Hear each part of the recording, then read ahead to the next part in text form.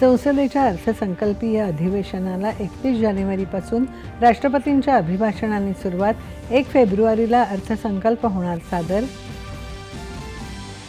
पंतप्रधान नरेंद्र मोदी यांच्या हस्ते नवी दिल्लीतील भारत मंडपम इथे भारतातील सर्वात मोठं परिवहन प्रदर्शन भारत मोबिलिटी ग्लोबल एक्स्पोचं उद्घाटन.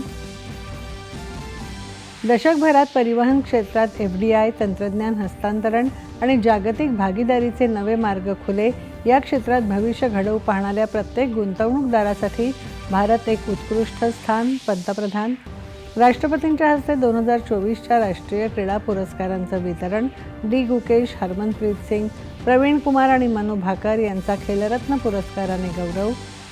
आर्थिक वर्ष 2025-26 मध्ये भारतीय अर्थव्यवस्थेचा विकास दर 6.7% राहण्याचा जागतिक बँकेचा अंदाज. मुख्यमंत्री देवेंद्र फडणवीस 20 ते 24 जानेवारी दरम्यान दावोस इथे जागतिक आर्थिक मंचाच्या बैठकीत होणार सहभागी. राज्याचं कृत्रिम बुद्धिमत्ता तंत्रज्ञान धोरण कृती दल जाहीर. हे धोरण आखणारं महाराष्ट्र देशातील पहिलं राज्य. सायबर सुरक्षा धोरणाचंही मंत्री आशिष शेलार यांनी केलं सुतोवाच. दिल्ली विधानसभा निवडणुकीसाठी अर्ज भरण्याच्या आजच्या शेवटच्या दिवशी दिग्गजांचे अर्ज दाखल. भाजपच्या संकल्पपत्रात महिलांसाठी घोषणांची लयलूट.